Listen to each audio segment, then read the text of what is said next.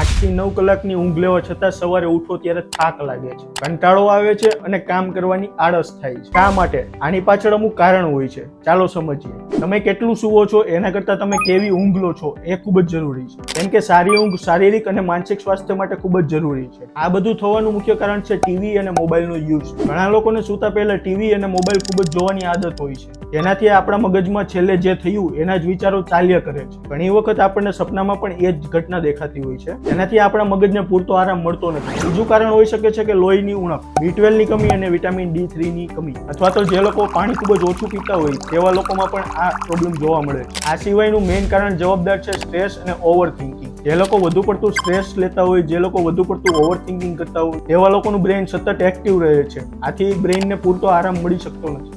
આ બધી વસ્તુથી રાહત મેળવવા માટે સૂતી વખતે શક્ય બને ત્યાં સુધી મોબાઈલ ફોન અને ટીવીનો ઉપયોગ ઓછો કરવો જોઈએ. સૂતા પહેલા 2 ગ્લાસ પાણી પીવું જોઈએ અને ખોરાકમાં લીલોતરી શાકભાજી ખાવી જોઈએ. આવી જ હેલ્ધી ટિપ્સ માટે અમારા પેજને ફોલો કરો. અમારી YouTube ચેનલને પણ સબસ્ક્રાઇબ કરો. આ સિવાય વધુ માહિતી માટે અમારી વેબસાઇટ પર જાઓ.